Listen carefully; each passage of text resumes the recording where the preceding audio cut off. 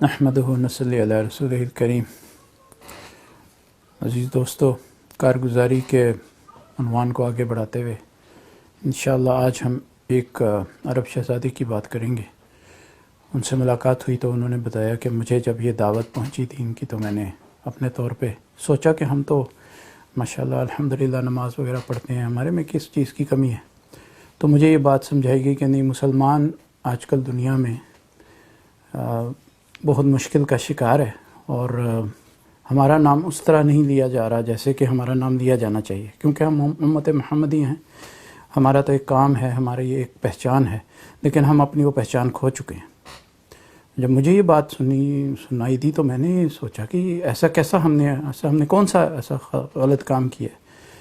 تو انہوں نے اپنی جماعت میں مجھے شامل ہونے کی دعوت دی۔ تو جب میں ان کے ساتھ بیٹھا تو انہوں نے کہا کہ ہم عنقریب ایک سفر کرنے والے ہیں، آپ ہمارے ساتھ شامل ہو جائیں۔ تو وہاں پہ جا کے جب ہم پہنچیں گے تو اس ملک میں جا کے آپ کو پتہ چلے گا کہ مسلمانوں میں کے بارے میں کیا آج کل دنیا میں رائے لی جاتی ہے۔ تو جب ہم وہاں پہنچے تو غالباً فلپین ملک تھا۔ تو یہ میرا پہلا موقع تھا کہ میں اللہ کے راستے میں نکلا۔ تو وہاں پہنچے تو ایئرپورٹ پہ ہمارا انٹرویو ہوا، انہوں نے ہمیں جیسے کہ امیگریشن میں ہوتا ہے۔ تو جب ہم ادھر سے نکلے تو ہمیں ایک ٹائی سوٹ میں ایک فلپینو ہمیں ملا، وہ کہنے لگا جی آپ عرب سے آئے ہیں؟ ہم نے کہا جی ہاں ہم عرب سے، آپ اس طرف آ جائیں۔ تو میں ان کے ساتھ ہم سارے اس طرف ہو گئے، تو میرے ساتھیوں نے مجھے اشارہ کیا چلیں۔ ہم اس طرف گئے تو اس نے کہا کہ آپ کا سامان ہمارے پاس ہے۔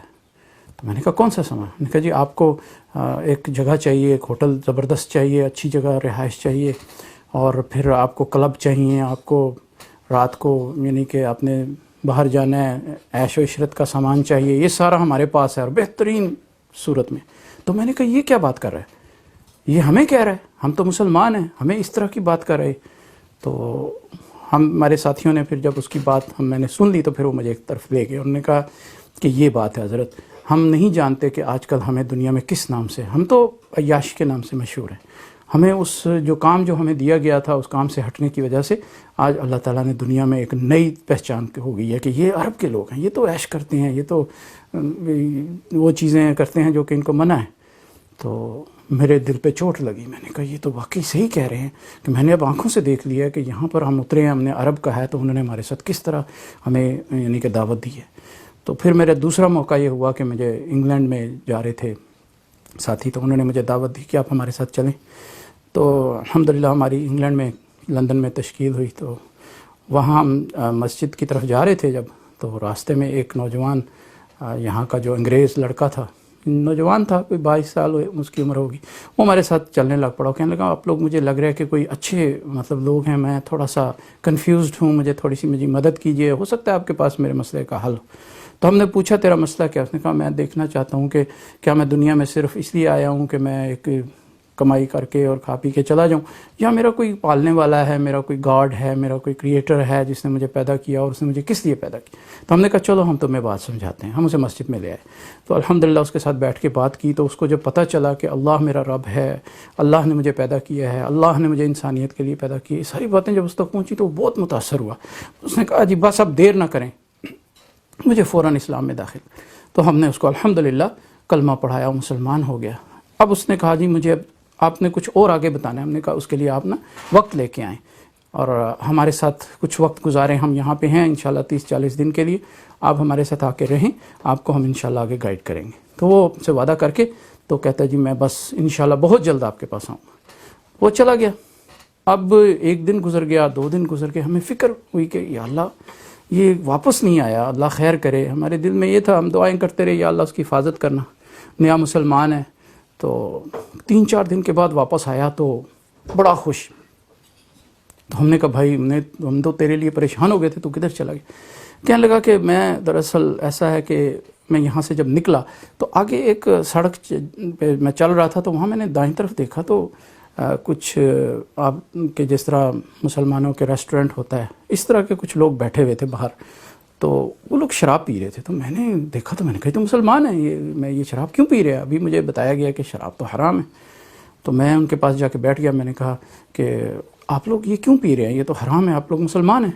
تو وہ کہنے لگے تمہیں کس نے کہا ہے؟ یہ تو انگور کا پانی ہے، یہ تو سیب کا پانی ہے، یہ ایسے ایسے مجھے کرنے. میں نے کہا بھائی مجھے تو نہ بتاؤ، میں تو اچھی طرح جانتا ہوں کہ یہ شراب ہے، یہ الکوہل ہے، یہ حرام ہے. پھر مجھے انہوں نے کہا تمہیں کسی نے ایسے ہی بتا دیا ہے، یہ ایسی بات نہیں ہے، مسلمان کو اتنی آسانیاں ہیں، یہ ہے. میں نے سنا تو میں بڑا سخت پریشان ہوں. میں نے کہا یا اللہ، یہ کیسے ہیں، یہ کیسے لوگ ہیں؟ ایک طرف سے مجھے یہ کہا جا رہا ہے وہ بھی مسلمان ہے، ایک طرف سے مجھے یہ کہا جا رہا ہے یہ بھی مسلمان ہے، ان کے دونوں کے بیچ میں یہ کیا تصادم ہے؟ میں بڑا پریشان ہوا، گھر چلا گیا. مجھے کچھ کرنے کو دل نہ چاہے. میں اتنا خوش تھا کہ اللہ مجھے مل گیا، مجھے کریٹر کا پتہ چل گیا، مجھے زندگی کا مقصد پتہ چل گیا. لیکن جب میں نے یہ فرق دیکھا تو میں بڑا حیران ہوا. میں نے کہا یہ تو ان کا آپس میں ہی ابھی تک ان کو کنفرم نہیں ہے. تو میں پھر گھر گیا، میری والدہ نے مجھے پوچھا کیا بات ہے تو پریشان ہے؟ میں نے کہا کچھ نہیں، بس میں طبیعت نہیں ٹھیک ہے. دوسرے دن میں نے کام پہ جانے کی کوشش کی تو کام پہ بھی میرا دل نہ لگا، میں واپس آ گیا. بس میں اداس ہو گیا. میں نے کہا یا اللہ، یہ کیسی خوشی تھی جو ملی بھی اور چلی بھی گئی. تو 2-3 دن گزرنے کے بعد کل رات کو میں لیٹا، مجھے نیند نہیں آتی تھی، لیکن کل رات کو مجھے نیند آ گئی. تو نیند آئی تو مجھے خواب میں ایک ہستی نظر آئی. میں نے اتنا خوبصورت انسان زندگی میں کبھی بھی نہیں دیکھا تھا. ان کے چہرے پہ خاص کشش. تو وہ کہتے ہیں میری طرف بڑھ رہے ہیں. میں نے کہا ہو آر یو، آپ کون ہیں؟ تو وہ کہنے لگے انا محمد رسول اللہ صلی اللہ علیہ وسلم. تو میں نے کہا آپ مسلمانوں کے نبی ہیں جو مجھے ملے تھے؟ انہوں نے کہا ہاں، ہم اللہ کے نبی ہیں، تو تمہیں یہ بات بتانے کے لیے آئے ہیں کہ جو مسجد والے ہیں وہ ٹھیک کہہ رہے ہیں اور جو بازار والے ہیں وہ غلط کہہ رہے ہیں. تم مسجد والوں کی بات مان لو. تو میری نیند کھل گئی. میں اٹھا، میں اتنا خوش ہوا. میں نے کہا الحمدللہ الحمدللہ، مجھے تو اللہ کے نبی نے خود آ کے بتا دیا. میں نے ماں کو بھی بتایا. میں نے کہا امی بس میرا مسئلہ حل ہو گیا، آج میں ان کے پاس جاؤں گا. تو میں تیار ہو کے آپ کے پاس آ گیا. اب آپ مجھے تاکہ دین سکھائیں. تو ہم نے کہا بھی دیکھو تم اپنا سامان لے آؤ ہمارے ساتھ، کم از کم ایک بار نا تم 3 دن یا 10 دن جتنے بھی تمہارے پاس اویلیبل ہوں کانسٹنٹلی ہمارے ساتھ گزارو. باہر نہ جاؤ، ادھر ادھر مت جاؤ، تاکہ تمہیں پہلے مسجد کے ماحول میں نمازوں کی پابندی کرائیں گے، دین کی طرف تمہارا رجحان ہوگا، فرشتوں کا ماحول ہوگا، تو تمہیں بہت بہتر انشاءاللہ دین سمجھ میں آئے. تو اس نے کہا یہ ٹھیک ہے، اور یہ میرا ایڈریس ہے، اگر میں نہ پہنچا تو آپ لوگ پلیز مجھے اس ایڈریس سے آ کے ضرور لے جائیں. ہو سکتا ہے میں پھر کہیں کو گمراہ ہو جاؤں، لیکن اس بار آپ نے مجھے بھولنا نہیں ہے. تو وہ یہ کہہ کے چلا گیا. اب وہ گیا تو ہم خود خوش ہو گئے کہ چلو الحمدللہ، یہ ہمارا کام جو ہم سمجھ رہے تھے کہ نہیں ہو سکا وہ ہو گیا، اللہ پاک نے اس کو ہدایت دے دی ہے. تو رات کو پھر ہم اس کے لیے دعا بھی کی. تو الحمدللہ ایک دن گزرا، پھر نہ آیا، پھر دوسرا دن گزر گیا. اب ہم نے سوچا کہ اب دیر نہیں کرنی چاہیے. ہم فوراً اس کے ایڈریس پہ پہنچ گئے. جب پہنچے تو وہاں ہم نے دروازہ بیل دی یا ناک کیا جو سے، تو اندر سے آواز اس کی کوئی عورت کی آواز آئی کہ کون ہے؟ ہم نے کہا جی ہم مسجد سے آئے ہیں، آپ کے بیٹے سے ملنا ہے. تو وہ کہنے کی اچھا آپ اس سے ملنے آئے ہیں، آپ مسجد والے ہیں؟ اس نے دروازہ کھولا. اس نے کہا میں تو سوچ رہی تھی پتہ نہیں آپ لوگ کدھر ہیں، میں نے آپ کو ڈھونڈنا تھا. میرا بیٹا جو تھا وہ آپ کی طرح دین میں داخل ہو چکا تھا. رات کو وہ آیا بڑا خوش تھا، کہہ رہا تھا میں نے سامان تیار کرو. ایک اس نے بسترا سا تیار کیا جس طرح آپ لوگوں نے بتایا تھا، ایک اس نے بیگ تیار کیا. یہ دونوں چیزیں اس نے تیار کی. تو نکلنے لگا دروازے سے، تو دروازے میں اس کو ہارٹ اٹیک ہوا اور وہ وہیں پہ بیچارہ گر گیا. اب میں پریشان کہ اس کو کیا ہوا ہے. میں نے پتہ کیا، ڈاکٹرز کو بلایا تو وہ پتہ چلا کہ اس بیچارے کی روح پرواز کر گئی ہے، تو یہ تو انتقال کر گیا. تو میں اب وہ تو میرا بیٹا تھا، مجھے تکلیف جو دکھ تھا وہ الگ تھا، لیکن اب مجھے دوسرا مسئلہ یہ تھا کہ یہ تو مسلمان ہو چکا تھا، میں کیا کروں. اس کو تو میں اپنی طرح سے تو اس کو بیری نہیں کر سکتی، اپنے جو ہمارا فنرل سروسز ہیں ان کو تو نہیں کال کر سکتی، مجھے تو اب آپ لوگوں کے طریقے سے اس کو دفن کرنا ہے. تو میں سوچ میں بیٹھ گئی. میں نے کہا پتہ نہیں کیسے یہ ہوگا. تو اتنے میں آپ لوگ پہنچ گئے. تو یہ آئیے اندر. وہ ہم گئے تو ہم نے دیکھا بستر پہ اس کی یعنی کہ لاش پڑی تھی. اس کے اوپر انہوں نے چادر دے رکھی تھی. ایک سائڈ پہ اس کا بیگ پڑا ہوا تھا، ایک سائڈ پہ اس کا بسترا پڑا ہوا تھا. تو ہم نے دیکھا تو ہمیں یہ سمجھ آیا کہ اللہ تعالیٰ نے اس کو معاف بھی کر دیا، اللہ تعالیٰ نے اس کو دین بھی دے دیا، اور یہ اللہ کے پاس بھی پہنچ گیا اور نبی پاک صلی اللہ علیہ وسلم کی زیارت بھی کر گیا. تو میرے دوستوں بزرگوں، اسی طرح یہ عرب شہزادے نے آگے بات سنائی.